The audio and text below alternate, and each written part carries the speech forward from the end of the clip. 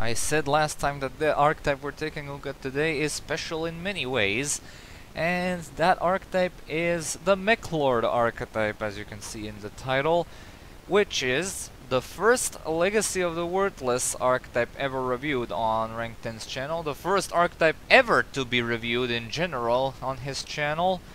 It was also the champion of the fabled War of the Worthless tournament, which I really enjoyed, and those are some of the best videos I've ever seen on his channel. And also, they had multiple users. First off, Luciano, Placido, and Jose, the three Iliaster Emperors. And lastly, their combined form, Aporia, which is a very flimsy duelist when it comes to how much spectacle was involved in hyping him up and all. Well, he had a grand total of 3 duels, and all 3 of them he lost. That's terrible, but I really wished he like won at least one duel to make him not seem like a complete joke. But anyway, this archetype here is an archetype of machine monsters focused on eliminating synchro monsters. So yeah, among all the hunter cards such as Buster Blader, Ally of Justice, and all other cards, Mechlords have the widest pool of monsters ever, since it basically fights an entire monster category itself. So let's see if it's good, and let's see if it, with the new support, if it actually can come back to relevance by any shape or form. And we'll be starting off with their first monster, which is ironically one of their boss monsters, Mechlord Emperor Weisel. Yeah, there are 3 titular emperors, and the reason why I'm looking at them immediately is because they're all surprisingly level 1 monsters, so yeah, kind of a reference to the show in a way. Anyway, they share the following effect segment. Cannot be normal summoned or set, must be special summoned by its own effect, and cannot be special summoned by other ways. When a face-up monster you control is destroyed by a card effect and sent to the graveyard, except during the damage step, you can special summon this card from your hand. Other monsters you control cannot attack. Once per turn you can target one synchro monster your opponent controls, equip that target to this card, and this card gains attack equal to the combined attack of the monsters equipped to it by this effect. Now, like I said, this effect that I just read out is shared among all of the Mechlord Emperors, and it's actually somewhat good. It basically means that the Mechlord Emperor is going to have a lot of attack points for a level 1 monster, since its base attack is 2500, which is very impressive for a level 1 monster. Sadly, that would be something if you can like summon him with 1-for-1. That would be like the pinnacle of accessibility for a card this powerful. But you can at least search him with Verarv though. So then we have that.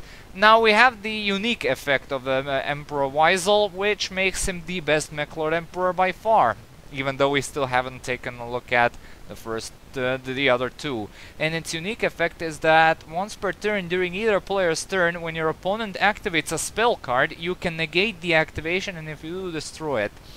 Back in the day, this used to be a very powerful negation effect, and surprisingly enough, it's still relevant even today due to the abundance of spell cards that are prevalent in modern Yu-Gi-Oh! And basically, a single spell negation can really edge you closer to victory, and not to mention this is basically an instant death sentence against pendulum decks if you also have other negation stuff with along with Weisel. So yeah, it's a pretty good boss monster. However, Weisel also has a retrain which we got in the newest wave of support.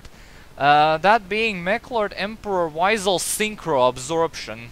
He has the exact same stats and level and type as the original Weisel, but the effect is a bit different.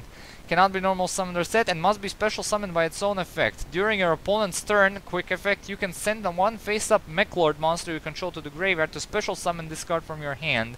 You can only use this effect once per turn, and if this card is special summoned, you can target one monster your opponent controls. It cannot attack for the rest of this turn. When a card or effect is activated that will destroy a card on the field, you can attribute this card, negate the activation, and if you do, destroy that card. Yeah, this ain't no retrain, it's more akin to a D-train. As in, yeah, it's the summoning condition is a bit more extender-ish, if you can actually call it that, since I mean it's basically a archetypal battle fader due to how the effect works, as in you can target a monster and for the rest of the turn it cannot attack, which is a very baffling effect for Mechlord Retrain to have. It does not even have the Synchro Absorption effect, despite having the freaking thing in the name. And it has an effect akin to a Stardust Dragon effect, because, yeah, the Synchro monster that got snagged most of the time was Stardust Dragon due to the show. And unlike Stardust Dragon, it does not return to the field during the end phase, which was the best thing about Stardust Dragon, so you shouldn't really run this one, it's not really worth it. And now let's move on to the other Emperors, first of which we have Mechlord Emperor Skill. And like I said, it has the majority of the effects are exactly the same, and its unique effect is that it can send the equipped monster you control, one monster equipped to this card, to the graveyard, so it can attack the opponent directly this turn. Yeah, this is alright. This is not that alright, but if you actually manage to buff him up with several equips, it can actually be a very potent direct attacker. But at least he'll always have the ability to attack directly with 2200 attack, which is very decent for a direct attacker. But it's not worth it all that much, because yeah, if you basically run skill, it's not usually at more than one. And last up we have Granel, which is their final Mechlord Emperor, and its unique effect, due to it having 0 attack and defense, is that it gains attack and defense equal to half your life points, and he also has the effect to special summon the equipped Synchro monster to your side of the field. Okay, so this is essentially the second best Mechlord Emperor, because if you bring him out early, he'll have 4000 attack at most, and more if you run stuff which increases your life points in order to have him gain even more attack. And not to mention, you can also summon the Synchro monster you've snagged from your opponent's field to basically gain the benefits yourself. And the Synchro monsters have pretty powerful effects, so this is actually a very nice card to consider. However, I still consider Weisel's Spell Negation to be a bit more better in that regard. So yeah, it's Granel is worth running, but not as much as Weisel. So yeah. We're closing up the level 1 lineup with Mechlord Nucleus Infinity Core, which is one of their newest pieces of support. Has 0 attack and defense, and the first time this card would be destroyed by battle each turn, it is not destroyed. You can only use each of the following effects once per turn. If this card is normal or special summon, you can add a Mechlord spell or trap from your deck to your hand, If this card is destroyed by a card effect, you can special summon one Mechlord Emperor monster from your hand or deck with a different attribute from the monsters you control, ignoring its summoning conditions. Also, for the rest of this turn, you can only declare an attack with one monster.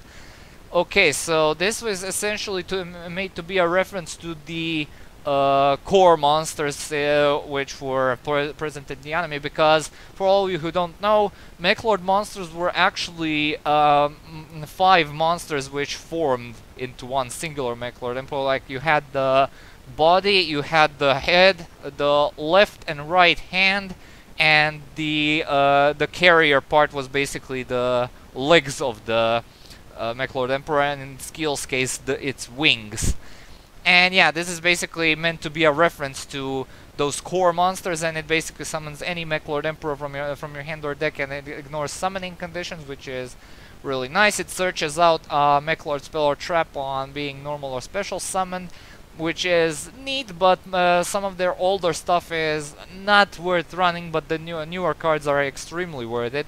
And it actually has a neat battle protection if you ever decide to use it for anything remotely being able to be susceptible by this by battle destruction.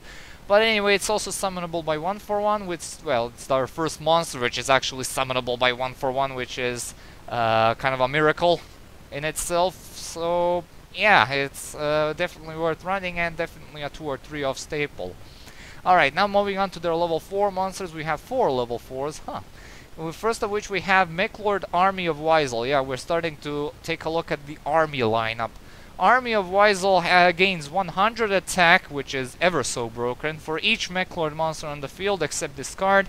And once per turn, when another Mechlord monster you control declares an attack against a defense position monster, it can inflict piercing damage to your opponent. And yeah, that's basically about it. And I'm really baffled why the piercing damage effect here is once per turn, even though it has absolutely no reason to be one. And yeah, Weisel, contrary to the Emperor, is the worst of the bunch, as in piercing has heavily fallen out of relevance unless it's on a monster with like 3 additional broken effects, such as the Buster Blade or Fusion monster, and the attack boost is among the most insignificant in the game, so it's really not worth it. However, it's still kind of worth running due to the fact that it's a level 4 Dark Machine, meaning that it's a target for Allure of Darkness and for Black Salvo to make an easy level 7 Synchro. Yeah, the things that the archetypes focused on eliminating. So this one falls into the category of it's bad, but you gotta play it somewhat, so yeah. Next up we have Army of Skill, and the attack gain here is 200 for each Mechlord monster on the field except itself. And when it's destroyed by battle and it's sent to the graveyard, you can special summon a Mechlord army monster from your deck. And skill here is arguably the best, contrary of course to the Emperor's. But again, it's a level 4 battle floater which hasn't seen any relevant action ever since it was released. So yeah, it also falls under that category, which also hasn't seen any consistent action since then. And now let's move on to another army monster, the semi-final army monster, Army of Grenell, which again gains 100 attack for each Mechlord monster except itself, just like Weisel. And when it's normal summon, you can target a face-up monster your opponent controls and halve its attack until the end of this turn, essentially making it a worse version of the Blackwing Guild of Whirlwind. But hey, beggars really can be choosers, since this thing can be handy on occasion, but the problem I have with it is that it eats up your normal summon in order to do so, so you might not want to stock up on too many of these. And the last army monster is the best monster of the archetype in itself, Mechlord Army Deployer Obligato. This is a light monster, a level 4 light monster, and which says during your main phase you can activate this effect. Destroy this card, and if you do, special summon 2 Mechlord Army monsters from your deck in defense position except Mechlord Army Deployer Obligato. Also, you cannot special summon monsters for the rest of this turn except machines, and if this card is sent to the graveyard, you can activate this effect. During the end phase of this turn, you can inflict 100 damage to your opponent for each Mechlord monster you control, and you can only use each effect once per turn. Okay, so the burn damage is again very insignificant. It was probably made as a reference to the pitiful attack boost gain that the Mechlord Army monsters do get, but all the other effects are extremely worth it and makes this thing a 3-off staple.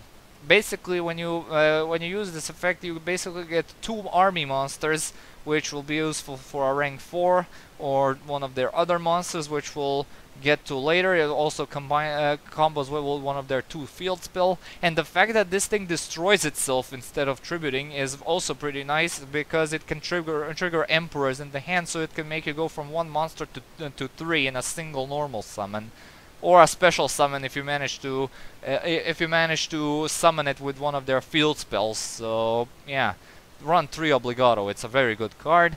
And now we move on to their boss monsters, first of which we have their first level 10 Mechlord Astro Dragon Asterisk. This is a level 10 with 0 attack and defense, cannot be normal summoned or set, and must first be special summoned from your hand by controlling 3 or more Mechlord monsters. When this card is special summoned, you can target any number of Mechlord monsters you control except this card, send those targets to the graveyard, and if you do, this card's attack becomes the combined original attack of the monsters sent to the graveyard by this effect. Each time a Synchro monster is special summoned, inflict 1000 damage to the summoning player.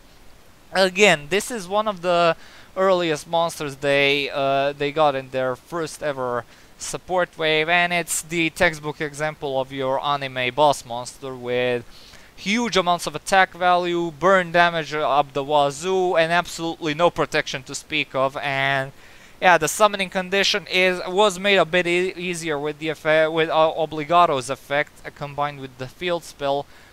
But again, we're talking about a huge beat stick which does not have any other protection or utility to speak of. So if you really feel like it, run 1 or 2 if you feel like it. And next up we have their newest and best boss monster, Mechlord Astro Dragon Triskelion. It's another level 10, this one with 3000 base attack, and cannot be normal summoned or set, and must first be special summoned from your hand by banishing 3 Mechlord monsters with different names from your graveyard. Once per turn, when this card declares an attack, you can look at your opponent's extra deck and equip 1 monster from it to discard. This card gains attack equal to the combined attack of those monsters, and while equipped with a Synchro monster, it can make up to 3 attacks on monsters during each battle phase. So essentially, the Mechlords have turned from destroying Synchros to destroying Synchros and slightly scratching up the other extra deck mechanics with this thing's effect.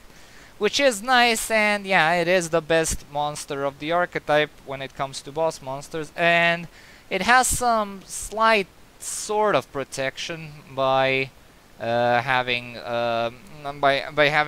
relying on some of their back row when it comes to it.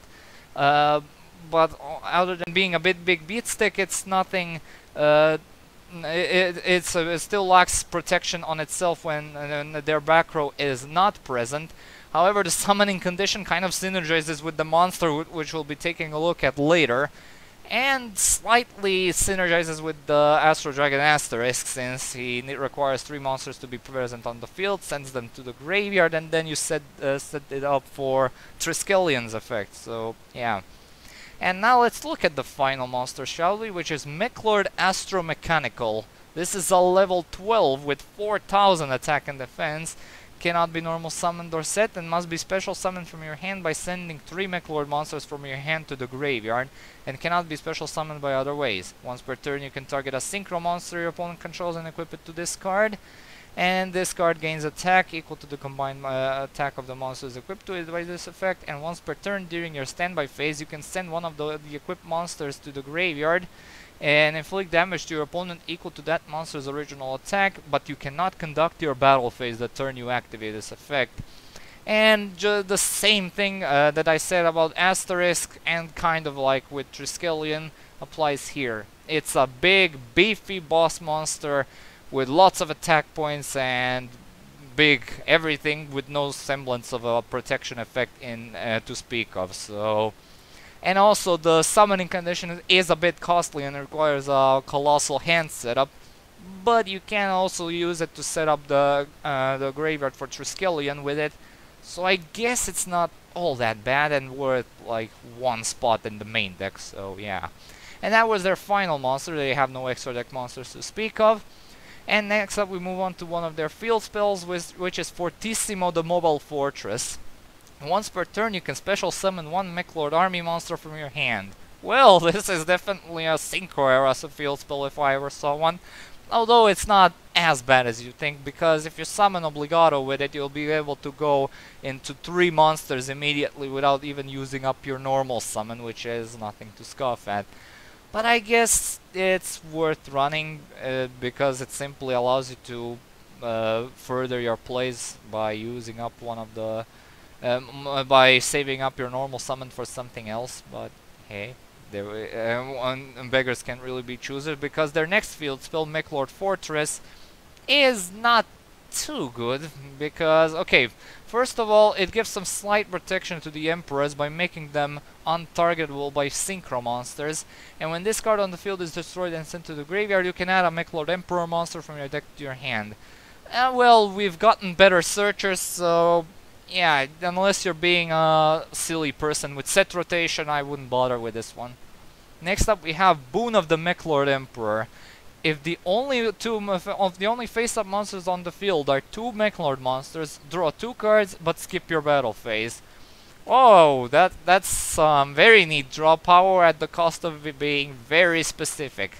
Unless it's like the first turn of the duel and then you draw into Obligato with another army monster or something like that, like 2 more army monsters, and then you activate 2 boons.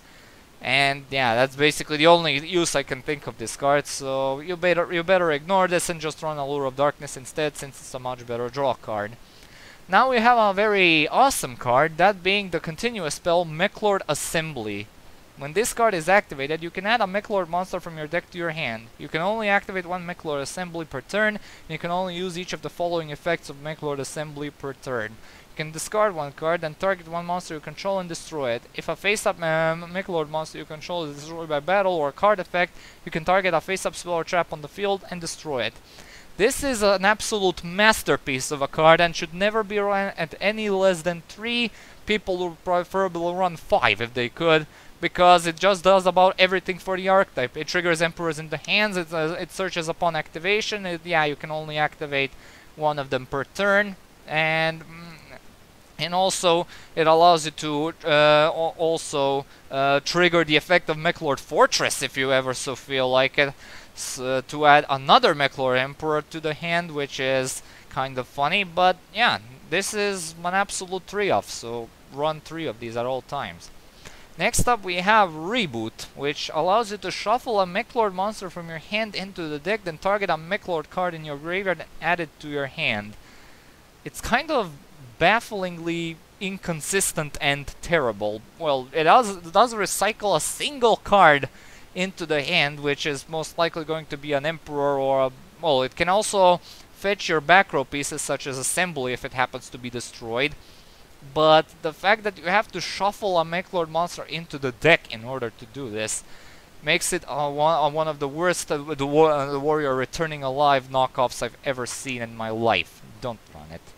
Next up we have Mechlord Deflection, which is a quick play spell that says target a Mechlord monster you control, your opponent takes no battle damage from attacks involving that face-up monster until the end of this turn. Also, its attack becomes permanently the combined original attack of all Mechlord monsters you currently control, and if a Mechlord monster you control would be destroyed by battle or card effect, you can banish this card from your graveyard instead.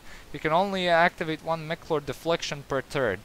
I'm at a loss of words. This is one of the strongest attack boosts in the game, yet it makes the opponent permanently not take any damage from battles involving the monster you target with this, which is kind of understandable since this thing can actually reach some highly astronomical values.